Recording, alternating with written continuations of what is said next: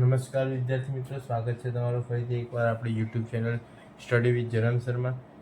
આપણે છેલ્લા વિડીયોની અંદર આપણે ચેપ્ટર નંબર 1 જોયું હતું અને હવે આપણે શરૂઆત કરવાના છે ચેપ્ટર નંબર 2ની.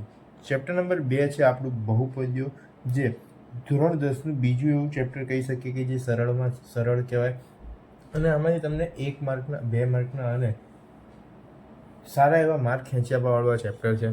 તો ચલો શરૂઆત કરીએ ચેપ્ટર નંબર 2ની. તો તમારે વિદ્યાર્થી મિત્રો સૌથી પહેલાં આ ચેપ્ટર વિશે થોડી થિયરી સમજવી પડશે. શરૂઆત કરીએ થિયરીથી. તો પહેલો પોઈન્ટ છે આપણો બહુપદીના પ્રકાર.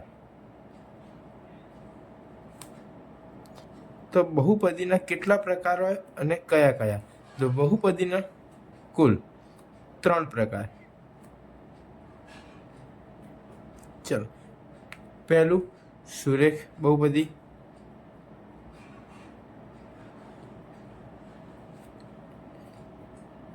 બીજું દ્વિઘાત બહુપદી અને ત્રીજું ત્રિઘાત બહુપદી. ચલો હવે સમજીએ કે સુરેખ, દ્વિઘાત અને ત્રિઘાત આનો મતલબ શું છે. તો સુરેખ બહુપદીનો મતલબ એવો થાય કે જેની અંદર ફક્ત અને ફક્ત સૌથી મોટામાં મોટી ઘાત એક જ હોય. સૌથી મોટી ઘાત શું હોય? એક જ. જેની મોટીમાં મોટી ઘાત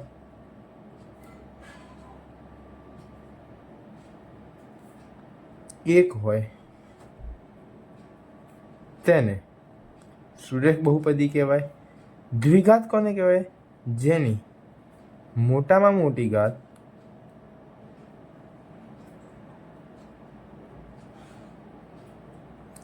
બે હોય તેને દ્વિઘાત કહીશું. અને જેની મોટામાં મોટી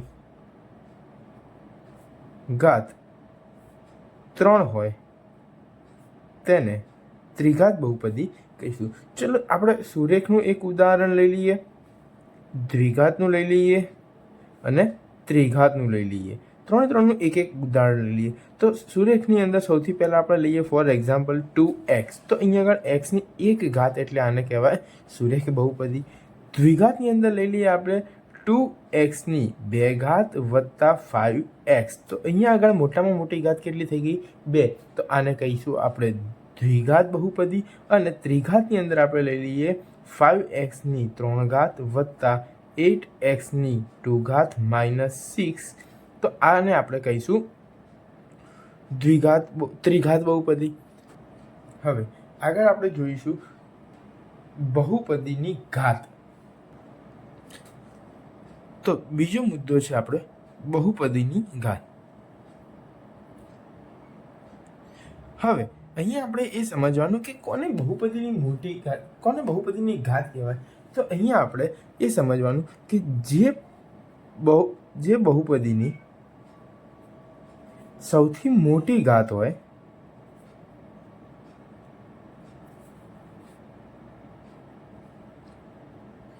તેને આપણે બહુપદીની ઘાત તરીકે ઓળખીએ છીએ. ચલો અહીંયા આપણે એટલું સમજીશું કે કોઈ એક ઉદાહરણ લઈ લઈએ એટલે આપણને આસાની થઈ જાય. ઉદાહરણની અંદર લઈ લઈએ કે 2xની 2 ઘાત -5xની 5 ઘાત પ્લસ 3xની 6 ઘાત. તો અહીંયા આગળ જે 6 છે તો એ સૌથી મોટી ઘાત છે, માટે બહુપદીની ઘાત 6 છે. કેટલી છે? 6. કેમ? તો એની સૌથી આ બહુપદીની સૌથી મોટી ઘાત કેટલી છે? 6. હવે આપણે જોઈશું ટોપિક નંબર 3. તો આપણો ત્રીજો ટોપિક છે શૂન્યોની સંખ્યા.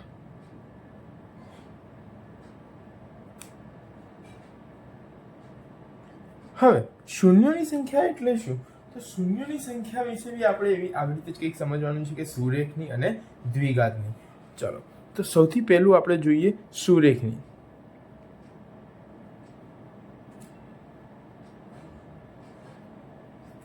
સુરેખ બહુપદીના શૂન્યોની સંખ્યા હંમેશા માત્ર ને માત્ર એક જ હોય. એકથી વધારે શૂન્યોની સંખ્યા સુરેખ બહુપદીની હોઈ શકે નહીં. સુરેખ બહુપદીની શૂન્યોની સંખ્યા એકથી વધુ હોઈ શકે નહીં. આ વાત મગજમાં બેસાડી દેવાની. હવે આપણે જોઈશું દ્વિઘાત બહુપદીની. તો દ્વિઘાત બહુપદીના શૂન્યોની સંખ્યા વધુમાં વધુ કેટલી હોઈ શકે? દ્વિઘાત, બે ઘાત છે તો વધુમાં વધુ શૂન્યો પણ બે જ મળશે. બે જ હોય, બેથી વધુ હોઈ શકે નહીં. ચલો હવે આપણે જોઈશું ત્રીજું, એટલે કે ત્રિઘાત. તો ત્રિઘાત બહુપદી ના શૂન્યોની સંખ્યા વધુમાં વધુ 3 જ હોય. 3 થી વધુ હોઈ શકે નહીં. ત્રિઘાત બહુપદીના શૂન્યની સંખ્યા 3 થી વધુ હોઈ શકે નહીં. ચલો હવે આગળ વધીએ. તો આગળ હવે આપણો આવશે આલેખ. તો આલેખની અંદર શું? તો બહુપદીના આલેખ કેવા હોય? ચલો તો આપણો એ ટોપિક નંબર થઈ જશે 4 કે બહુપદીના આલેખ. તો અહીંયા આપણે બે, એક તો સુરેખ અને બીજું દ્વિઘાત, આ બેના આલેખ વિશે ભણવાનું છે. તો સૌથી પહેલું આપણે જોઈએ સુરેખનું. તો સુરેખ બહુપદીનો આલેખ હંમેશા રેખા જ હોય. શું હોય? રેખા જ હોય. અહીંયા 1 માર્કના MCQમાં અથવા તો ખાલી જગ્યામાં પૂછાય કે સુરેખ બહુપદીનો આલેખ હંમેશા કેવો હોય છે? તો સુરેખ જ હોય છે. ચલો દ્વિઘાત વિશે જોઈ લઈએ. કે દ્વિઘાત બહુપદીનો આલેખ હંમેશા કેવો હોય? પરવલયાકાર હોય છે. હવે પરવલયાકાર એટલે શું? તો પરવલયાકાર એટલે કે યુ આકાર. કેવો આકાર? યુ આકાર. તો હવે આપણને ખબર પડે કે આ યુ આકાર એટલે શું? તો સીધો યુ કે ઊંધો યુ? ચલો એના વિશે બી આપણે માહિતી લઈ લઈએ. જેમ કે એ ગ્રેટર ધેન 0, કે એ 0 કરતાં મોટો હોય તો એ 0 કરતાં મોટો હોય તો ઉપર તરફ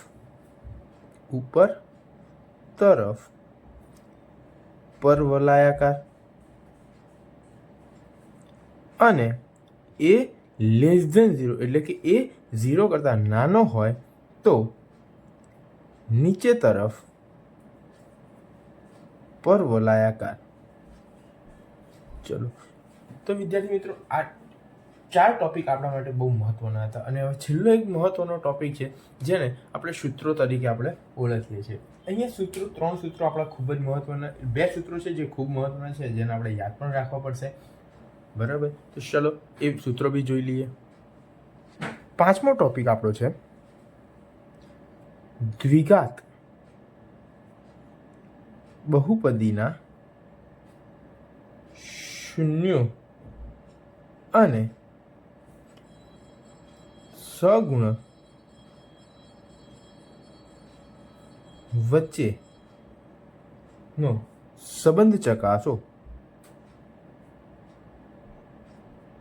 અથવા તો ચકાસો. ચલો હવે આપણે આનો સંબંધ વિશે, તો સૌથી પહેલા તો શૂન્યોનો સરવાળો. સૌથી પહેલું શું આવે? શૂન્યોનો સરવાળો આવશે. સરવાળો. હવે શૂન્યોનો સરવાળો એટલે શું? તો કે આલ્ફા પ્લસ બીટા. હવે આલ્ફા પ્લસ બીટા શું થશે? તો -b/a થશે. શું થશે? -b/a. અને શૂન્યોનો ગુણાકાર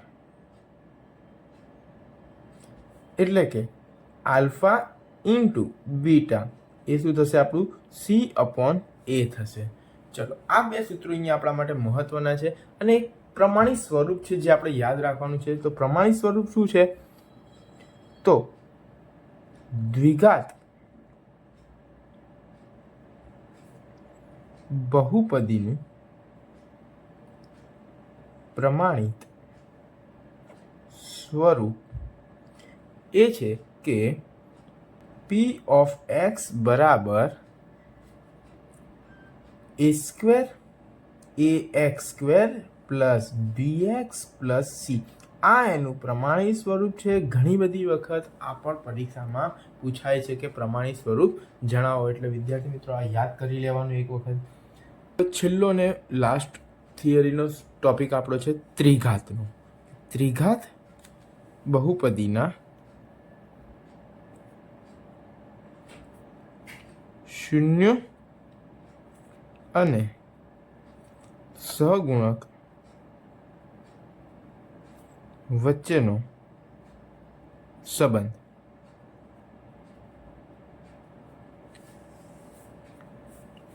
ચલો તો સૌથી પહેલા અહીંયા પણ આપણે આગળ જોયું એ રીતે પહેલા તો સરવાળો એટલે કે શૂન્યનો સરવાળો,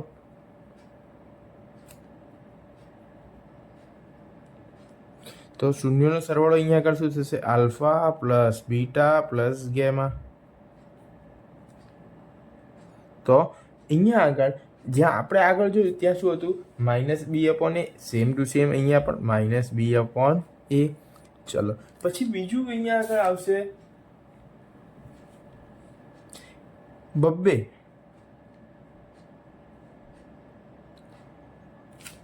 બે શૂન્યો ના ગુણાકાર નો સરવાળો. બે શૂન્યોના ગુણાકારનો સરવાળો એટલે કે alpha beta plus beta gamma plus gamma alpha. ચલો તો એનું સૂત્ર શું થશે? તો એનું સૂત્ર થશે સી અપોન એ. અને છેલ્લું તો શૂન્યોનો ગુણાકાર.